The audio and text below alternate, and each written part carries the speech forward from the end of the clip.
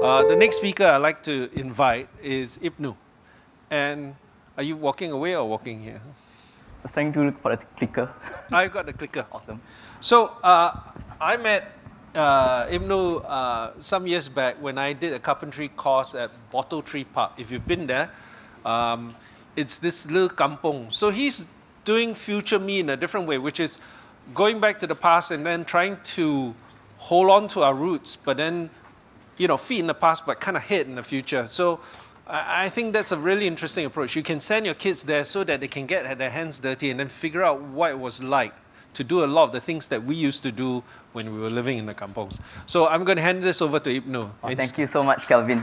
Thank you, everyone, for coming here. And what I learned about the definition of live, right? Today is about future of live, is to be alive. So I would like to invite everyone to stand up, right? Stand up, yeah, stand up.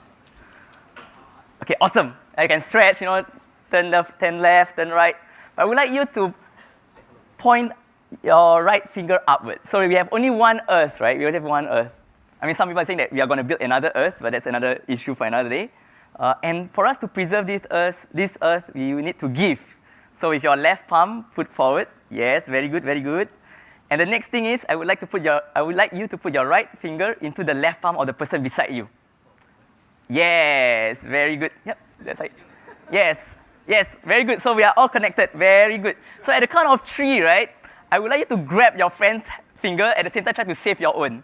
Okay, so at the count of 3, 1, 2, 3. Who managed to catch? Who managed to catch?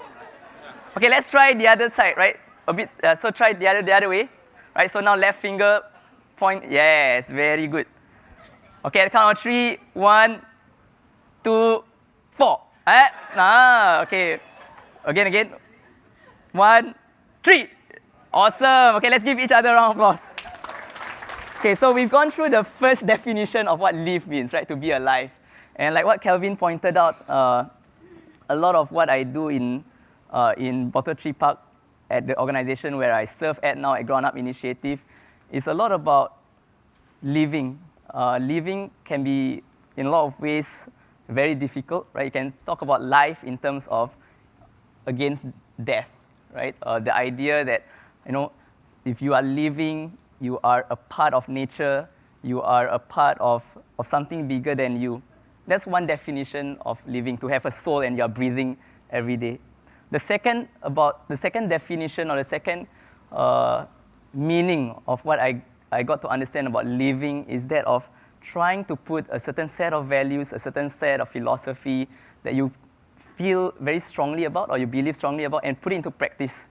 And this is usually the hardest, right? And when Kelvin and the others shared with me about, you know, can you share something about how can we transition Singapore from a garden city to an edible city? And the first thing that came to my mind was, why do we want to do that? Right? Why do we want to grow our own food? Is it enough for us as a society, as a nation, to simply just grow food? Right? And the more I start to do a bit of farming and get to understand what it means to live in Singapore and to work at the Kampung campus, which is a smart village. Some people call it a smart village here in Singapore. It made me realize that there is something even deeper than simply growing food. You learn to take care of things. I remembered when I was very, very young, when I was in primary 4, I was in the gardening club. So I was, so there'll be like a few of us, right, 6, 7 students, and we take turns to water the plant. This was in primary school. And there was one day when I forgot to water the plant. So the routine goes, if whoever forgets to water the plant, our teacher would actually call that student to the front of the class. And, you know, back in those days, teachers were very strict. She would actually scold you, right? She would scold us, right? And what happened this time around was, she called my name, Ibnur, come forward.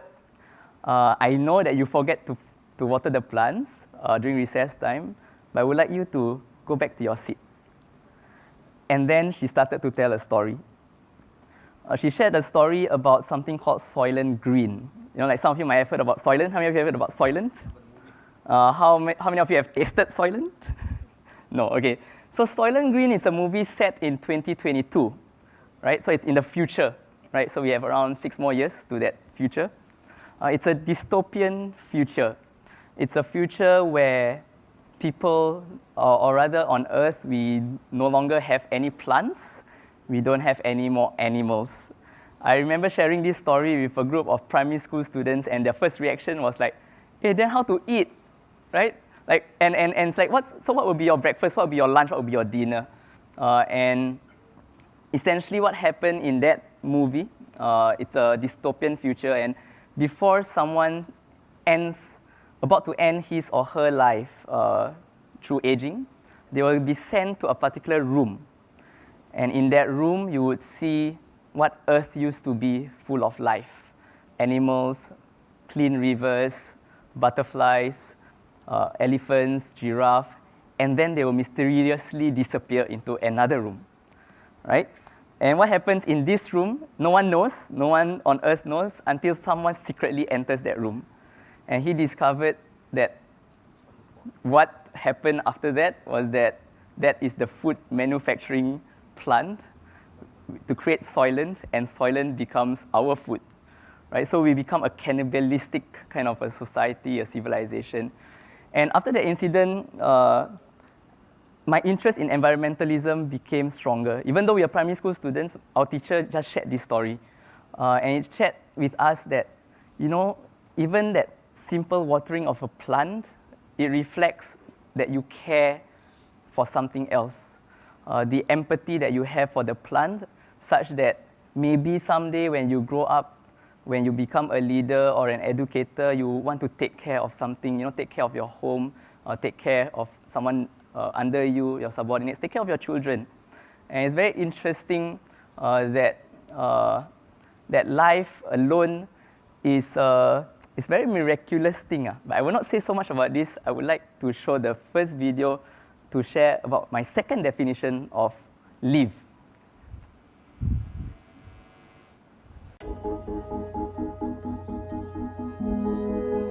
I am home. I give you comfort. I shelter your family. See me for who I am. Home, sweet home. I am your refuge.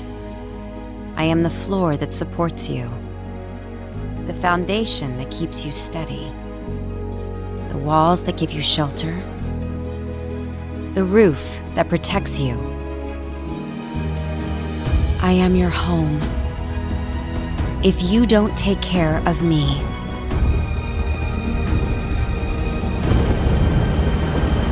I cannot take care of you.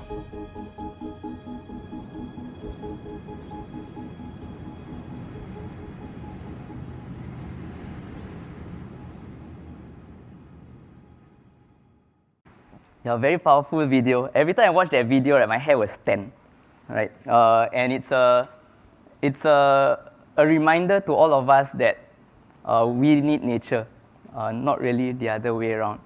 So a bit about myself, I am trained as an engineer and scientist, yet I love a lot of things beyond that. This is a picture of me prototyping, having fun at the village where I currently serve. This is actually just a simple prototype that we made. We see a lot of people, after drinking water bottles, they throw away, they discard. So a group of us collect those water bottles and we create like a floating kind of a farm, right? And this is something that I kind of realized as we move forward in the 21st century, disasters are not going to get any easier. It's actually going to be the reverse. You get to see more floods, you get to see more destruction, earthquakes, and I was thinking, hey, maybe someday, right, people can actually build floating farms, right? So when there's a flood, there's still food. There's a possibility of food. So food has always been one of the fundamentals of civilization. And I think someone shared earlier that the attitude that Singapore had back in the early days towards water was that of security. Why not food?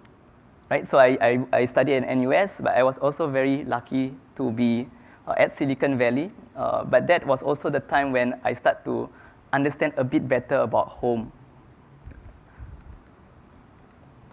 So this was my initial inspiration, right? When I was very young, I loved Power Rangers, I loved Captain Planet, and later on, this further inspired me to, start to take a journey through my own life to understand a bit about the environment. I love cartoons, I love movies, and this is none other than WALL-E, right? WALL-E, yep. WALL-E is an epitome that I feel that, that this is about how can we take care of the environment. I mean, it's set in this scenario that a robot has to take care of our environment. What if we ourselves, humans, take responsibility and take ownership of that home called Earth? This is a Soylent Green story which I shared earlier. And this is actually a movie. I mean, I wish maybe 2022, maybe they might come out with a movie, right? They make a remix of the movie. But something which I start to really feel about the importance of taking care of nature, and not only just about food, about being edible, but also about how can we make Singapore into a city in a forest, like a tropical rainforest that we can also absorb a lot of carbon dioxide and a lot of pollutants. For example, this was 1997 haze. I'm asthmatic, right? There was one time when I was in a music class, right, playing the recorder, and then right, I collapsed. And my teacher was very afraid, and she essentially we don't know what to do, right? But after that, this incident made me feel that we need to take care of our air, and if we look deeper, what we consume has an impact with what happens in Indonesia. For example, in the food that we eat, some of them has certain kind of oil, which comes from certain kind of palm. And usually the palms are the one that gets deforested. Ta-da. So when I was young, I like to do a bit of gardening. I like to look at birds and nature. And this is something which, when I was 15 years old, I started to play around and tinker around with things. And this was one of the experiments. I mean, I wasn't the best in class, but my physics teacher pulled me out and started to work on lasers. And we invented something, and we contributed to the literature, scientific literature. And this is something which I start to learn that no matter how small each of us are over here, no matter how young or how new we are to a certain things, if we want to contribute to that larger picture, please do so. Be crazy and just do it. So I did about desalination. I love the arts. Later on, I started to work in vertical gardens and solar panels. And I was very techy. I felt back then that technology was the way to go for us to transit Singapore from a garden city to an edible city to a city in a garden. How do we power up our irrigation pumps, for example? How do we maintain vertical gardens? And for those who grow vertical gardens, it's not very easy. Invented some rainwater collection system. But this is where I really discovered the meaning of home, right? Like when I was in Silicon Valley, I started to work in a family in Zong, but I also enjoyed walking around nature over there. For those who have been to California, there are a lot of farms, right? Napa Valley, people actually, like they harvest a lot of honey from the bees, for example. But one thing which I really love, whenever I wake up and I open up the window, right? I wake up, open up the balcony, I would see redwoods and mountains in front of it's like a beautiful view. That's me jumping, that's on top of the mountain. But I wish that Singapore could go beyond like our current garden city to an edible city, but also to a forest city. And I wish there would be more forests that we preserve and the more forests that we come. My first realization about the link between food and environmentalism was when I watched this movie randomly. Right, so there was one time when I was still working, interning in HDB. They have this kind of staff movie, right? Movie sessions. So I just like sneak into one of the movie sessions and I watched Shark Water. And this movie made me think a bit harder about shark's fins. And after that movie, I felt, oh my goodness, if every fin is one shark, then how many sharks it's in the ocean not living properly? And beyond this, after getting inspired by this, I decided to also do my own research on food. So I went to Medan. This was post-tsunami. Someone told me, Ibnur, instead of like working at a government or MNC, why not you just do some field work, understand a bit about food in Indonesia? And I started to interview some of the fishermen. And I asked them, do you know about climate change? And fishermen said, what climate change? You know, like fishermen don't really know that. But when I asked them, why is it that you are getting less fish year after year? And they shared two things. One is pharmaceutical companies putting in a lot of waste at the upstream of the river. And the second reason is that downstream in the oceans, the corals are being trawled by big ships. And corals are home to life. These corals are home to fish. And I love fish. When I heard that the homes is being removed, essentially you are not only removing life as in the fish, but you're also removing the livelihoods of the fishermen. And when you affect livelihoods, what we later on discovered is that some of the fishermen actually have to sell their own children, unfortunately, and some ended up in brothels. And with all that, I decided to join Health Center for Ocean Solutions to create the world's first Palau shark sanctuary, to make sure that at least sharks have a sanctuary where they can call home. And thankfully, this was in 2010, and now it's 2016. Life is coming back.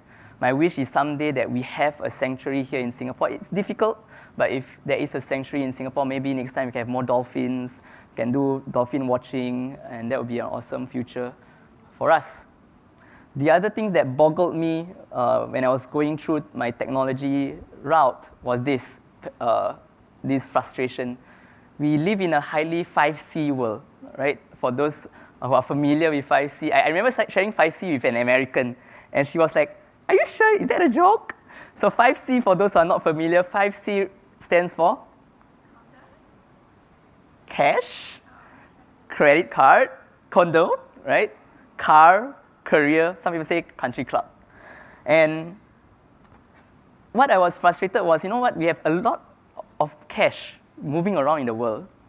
We have one of the best technologies. This is like the best century of a lot of technologies. We have a lot of leaders saying a lot of things and a lot of promises, but yet we continue to cut down trees, pollute the air, produce a lot of waste, and we cannot even feed 1,000 or even 1,000,000 people who are in hunger. And this is something that made me go bananas. So it's something that just, it's like an irony. We are living in these times. And later on, when I was in university, I decided, okay, heck my grades. Because I didn't do too well for the first semester, right? So I decided, okay, maybe I'm an engineer, so I calculate, okay, maybe my trajectory would be, okay, I won't get my first class honors, so might as well I just do something else, right? So UNESCO sent a call for engineers around the world to work on certain problems. So what we did was, like a lot of people, right? Let's do healthcare, let's do water, let's do energy. But when I spoke to my professor shared, Ibnur, why not you look at food? And that's when I started to work on food. So we designed a solar fruit dryer for a village in India, and it later on became a non-profit. So we start to look at food beyond just growing food. So now I learned about food. We also need to think about how we preserve food and how to make food into an economic opportunity for the poor in the villages. But nothing beats this. I've always been excited about technology until I really discovered the Kampung campus through Mr. Teh Lai Hock. So Mr. Teh Lai Hock, he's the founder of Ground Up Initiative. He started off as a corporate person and a very inspirational figure. Later on, he decided to travel around the world. And why? So the next definition of life is the opposite of death. And what happened was in the 1990s, there was a Silk Air MI185 crash, right? For those who are familiar with that tragedy, he knew someone on that plane, and essentially she passed away. But that set him thinking, if I were to die tomorrow, what would I regret not doing? And he felt deep inside him is that he needed to see the world as it is. And that's what he did. He dropped everything. He's a regional director in a tech company. He decided to drop everything and really travel the world, work in villages, get his hands dirty, do farming, do permaculture. And later on, he got inspired that he felt that Singapore needed a village. Singapore, for those who are not familiar, we have almost removed all the villages. Yesterday, I went to my grandma's home because FutureME ended very late for me yesterday. So I decided to just drop by my grandma's home, and I asked her, how was it like living in a village? And she shared a lot of stories. And I kind of, like when I heard that, it resonated a lot with what Hawk did. We started doing disaster relief, doing floods. This is in Malaysia. So one of the things that we discovered was during flood times, there's a lot of chaos, a lot of things, but food is something that still is important. So we distribute resources, right? Get the volunteers, came together, distribute food and appliances again. And Lai Hok felt that Singapore needed, after going through a lot of rounds of flood, he felt that Singapore needed a space where as a community we come together and do farming, get connected with the land, and participate in the healing of the land. So one thing which I used to be very cynical. I used to be someone who believed that it is not possible to bring back life to dead land. Every time I hear about desertification news, I'm like, okay, so we can't do anything about it. Why bother, right? Until I found GUI. This piece of land used to be empty, barren clay land. Nothing grows on it. But what this community did from the ground up was to rally a group of people together and essentially bring back life. It's quite interesting. Tomorrow is Easter Sunday, right?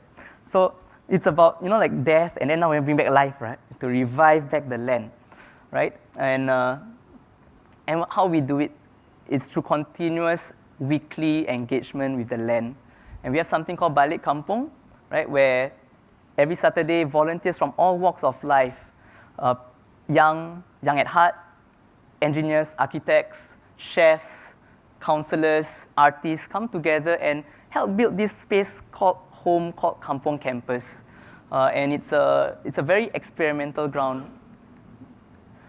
So currently what we are building up something called the prototyping zone, right? So this is a bit dark, but this is like a carpentry area. I think the person earlier, the speaker earlier shared about the importance of getting our hands dirty and build something. So these are people that comes by to the space and really participate in building up the space. Because a lot of people thought Ground Up Initiative only do farming. So I want to share a bit more that we don't only do farming, we do other things as well. But it's all about trying to create this diverse ecosystem to create a new narrative for Singapore, which we call the 5G narrative. A future of Singapore that is more gracious, that's more giving, that's more green, that's more grounded and more grateful. These are very intangibles, but we know deep in our hearts that these are important things. When we say being gracious, it means that let's be open-hearted as a community. For example, if we are an edible city and we have enough food to supply for our own selves, when our neighbors are facing problems, will we be gracious enough to share that food with others? Right? That is a challenge that we have not really reached that stage yet, but that could be a challenge in the future, a very real challenge. When you talk about green, what does it mean to be green? Does it only simply mean that you grow green stuff? How about, like, for example, when we have a lot of waste wood, how about using waste wood to create something new and bring back a second life to an object to become like tables and chairs? When we talk about giving, right? What does it mean? Does it only mean that we only do CIP hours, right, and then collect your hours? Or does it mean that you really give your fullest potential, your fullest energy, the full of life to the passions that you want to do, the things that you want to achieve? When we talk about grounded, one thing which I learned about farming is one of the best ways to get people back to the ground and to make leaders realize that, ultimately, even if we can come up with the best visions in our offices, until we go to the ground and really get our hands dirty, that's where the magic is, and that's where the magic always happens at the kampung. The farmers work very, very hard, and a lot of things that we learn is humility. Right? When you get your hands dirty and everyone toils on the ground, you start to be more humble, you start to learn from one another. And last but not least is grateful or gratitude. And I think on that note, as an edible city or even a city in a forest, how can we express gratitude to one another, to our forefathers, to those who have helped build this whole nation together? And on this note, I really would like to thank everyone over here, my friends who are at Ground Up Initiative who are supporting over here, and I think last but not least to Kelvin and the organizers for letting us to share a bit about our story to all of you about what the future of Singapore could be. We're a small village, but we believe that when more of us come together to the village and help build this Kampung campus, I think Singapore can really be that, maybe not little red dot, maybe a little green dot. Thank you very, very much. Thank you. I'm sorry, I couldn't ask you questions. No worries. Awesome. So that was great. That's a value-led system, and you know, it's so inspiring to see him and Mr. Tan grow kindness outside of Singapore as well.